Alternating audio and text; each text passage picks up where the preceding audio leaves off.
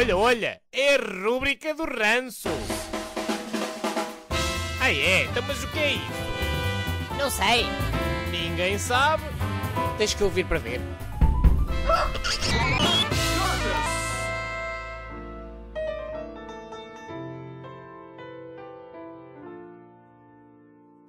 Olá a todos os ouvintes, saudações milanesas, só para alguns. Já sabem que podem ouvir-nos no YouTube, é só escrever ranço, já aparece no segundo lugar. Ah, já subimos mais um lugar. Sim, mas o YouTube está cada vez pior, continua a censurar os conteúdos pessoais, colaborando ativamente no jogo do monopólio das editoras e dos supostos direitos de autor. Temos que mudar de plataforma para o Mixcloud, ou se continuarmos com a imagem no Vimeo, por exemplo. É uma questão de experimentar. Às vezes temos que dar 2 passos atrás para poder dar um em frente. Se estavas na direção errada, até podem ser 7 ou 8 passos atrás. É verdade. Hoje temos a assinalar a história das sementes roubadas. Para poderem perceber, têm que ver o vídeo Seeds of Freedom. Eles agradecem a partilha e nós também. Está disponível em seedsoffreedom.info e data de 2012. Depois fica o link na descrição da emissão no TuBio, como é costume. Está legendado em português e tudo. Esta história começa no final da Segunda Guerra Mundial, quando as companhias de fabrico dos químicos ficaram sem pessoas para gasear.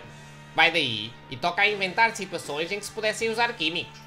Um dos primeiros foi o DDT, um inseticida hoje bastante famoso pelas piores razões, que depois de se proibir na Europa pelos seus efeitos, continuou a ser usado nos outros continentes. Mas apesar dessas proibições todas, ainda hoje é produzido na Índia e talvez na China, portanto ainda é utilizado. Além de ser cancerígeno, torna a casca dos ovos quebradiça, portanto mais fácil de partir. Assim, os pássaros que ingeriram o veneno não se conseguem reproduzir. É o chamado efeito de bioacumulação. O veneno entra na cadeia alimentar e vai aumentando de concentração à medida que passa da presa para o predador. Trata-se de um presente envenenado. Um sabe a pensar, ai que rico mosco, já almoçava. Mais tarde vai descobrir que mais valia ter comido melgas, ou raposas, ou a vizinha do lago. O veneno anda por aí. Já estou a imaginar a mãe a chamar os filhos para o jantar. O veneno está na mesa! Pois, em vez de o comer está na mesa.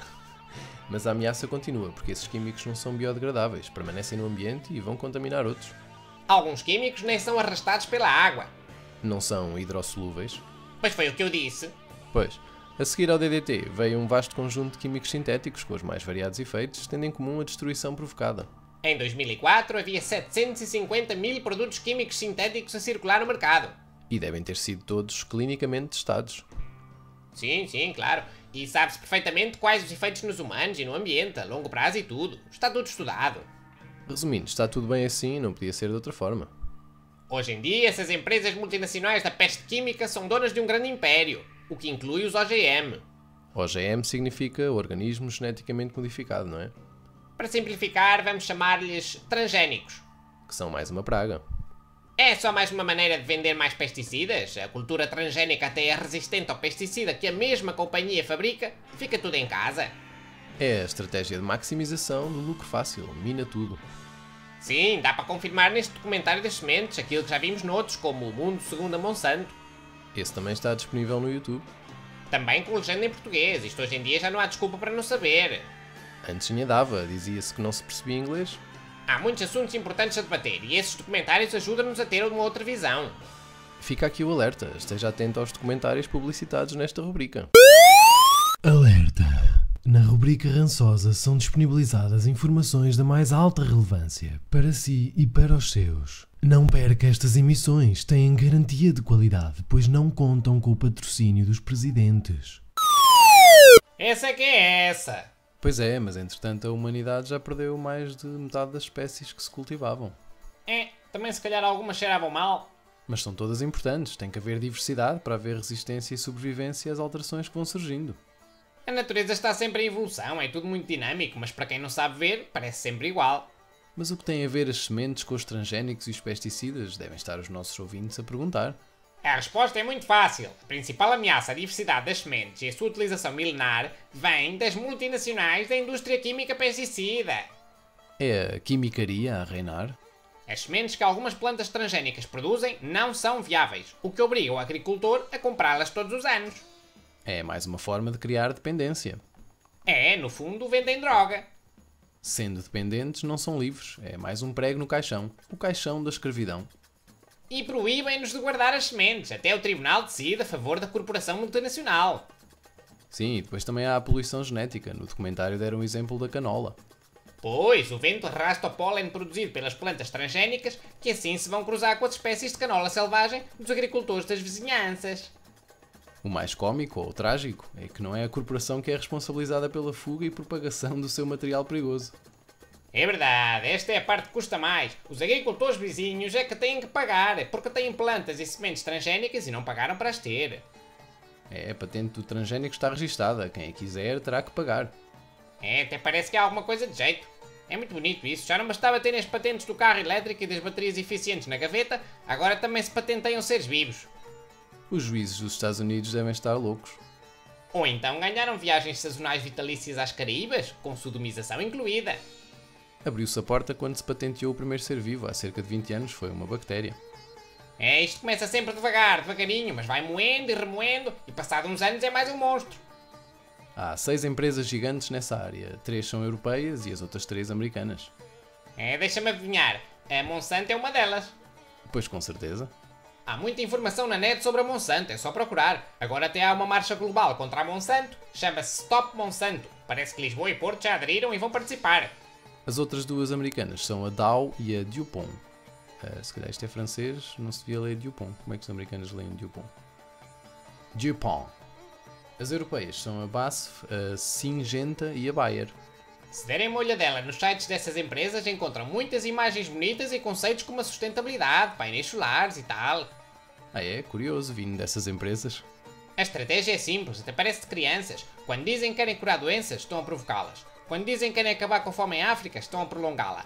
Quando dizem que estão a corrigir um erro, estão a aperfeiçoá-lo para ser ainda pior. E assim por diante. É o máximo do descaramento. The Ultimate Hypocrisy.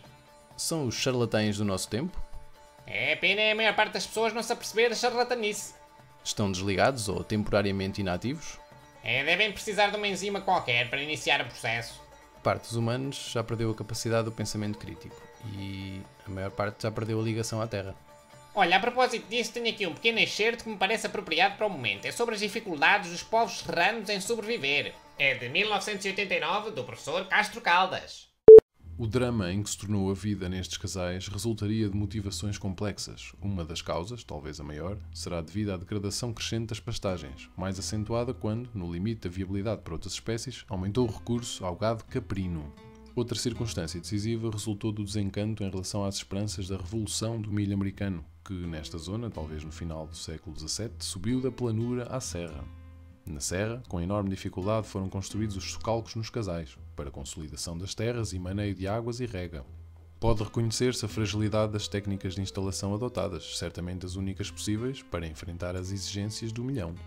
Na serra tudo era diverso, e ainda nos foi dado a ver nos socalcos o milho sedento e faminto num prodígio de energia frustrada, a criar minguados grãos sobre a folha encarquilhada de maçarocas impossíveis. O milho, na serra, já lá não está, e em seu lugar, como se fossem tumbas, os muros esbarrondados e o solo revinado pelas chuvas tempestuosas. Porque foi mais antigo, de meados do século XIX, torna-se difícil avaliar o drama da morte dos castanheiros pela doença da tinta. Os sotos, muitos deles majestosos, forneciam a castanha como alimento básico, fundamental para os montanheses e seus porcos. A sua perda representou um prejuízo intraduzível. O que ficou na serra foi a urze, ou melhor, a torga, planta espontânea desde o norte a sul de Portugal. Era com a torga que se preparava o carvão, e o carvão foi a derradeira esperança oferecida pela serra exausta. Os montanheses queimaram a torga e, com ela, dramaticamente, as raízes que os prendiam à montanha onde nasceram. Abandonaram-na e até agora nenhum voltou, imigrante afortunado a construir na serra o triunfo de Casa Nova. Pelo que nos foi dado a observar, sem recurso a metodologias apropriadas, estamos certos de que se trata de problema dominantemente ecológico, resultante da milenária inadequação das técnicas humanas aos recursos ambientais. Pelo que percebi, é parecido com o que dizem que aconteceu na Ilha da Páscoa, em que os humanos consumiram todos os recursos ambientais da ilha, ficando sem nada e sem poder sair dali, o que anulou as hipóteses de sobrevivência. É o clássico caso da depleção de recursos naturais. No caso das gentes serranas, tiveram que emigrar. A exploração errada dos recursos já vem de há muito. Pois é, já o rei não sei quê, em 1437, se queixava de não haver madeira para as naus, mas mandou cortar mais umas centenas de carvalhos e pinheiros mansos. Plantar está quieto. Para cada nau, tinham que se abater, em média, 3.000 árvores. O rei que mandou abater mais árvores ou que contribuiu mais para a degradação ambiental devia ter um cognome diferente. À luz dos novos factos, a história devia ser reescrita. É, diz que às vezes descobrem-se aldrabices na história. É típico do humano. Então qual seria o cognome? O insustentável. Teria que ser o campeão da insustentabilidade. Se calhar há muitos candidatos, só falando com um estudiólogo da história. É verdade, se algum estudiólogo nos quiser contactar e esclarecer acerca do rei mais insustentável, já sabem qual é o nosso mail. Não sabem não, porque já deste um mail novo e a produção ficou de ver aquilo. Estamos com um ligeiro atraso técnico, mas podem ver o mail no Tubio, é só escrever ranço. Ranço para mim, ranço para ti, olé, olá. E viveram rançosos para sempre. No cinema para fungos, quando os blores acasalam, deve ser esse o final feliz. Um constante estado de decomposição. É o paraíso fungal. Bom, está na hora da nossa peça musical para hoje. Vêm da Suécia, chamam-se Siena Ruth e soam assim, mas apenas neste álbum de 2009, Different Realities.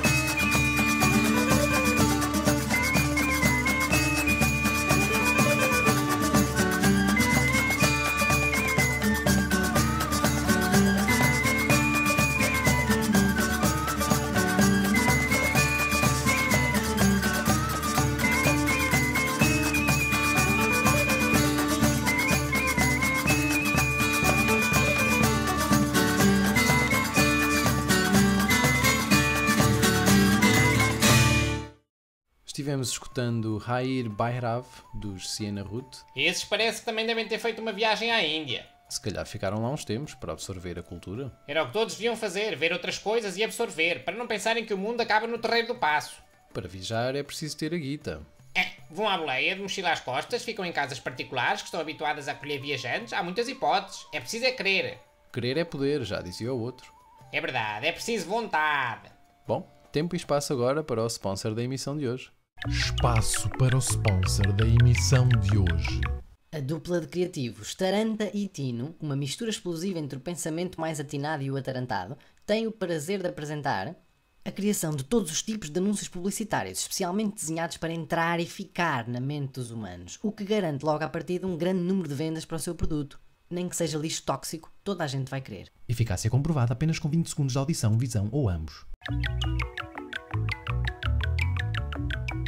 Então, mas isto é um anúncio publicitário que faz publicidade a publicitários? Sim, é perfeitamente anormal, como quase tudo na nossa sociedade. Agora é que disseste tudo. Então já não há mais nada para dizer. Pronto, caros ouvintes, é tudo por hoje. No próximo episódio falaremos da presença da Coca-Cola em África. A despedida está feita, boa semana a todos.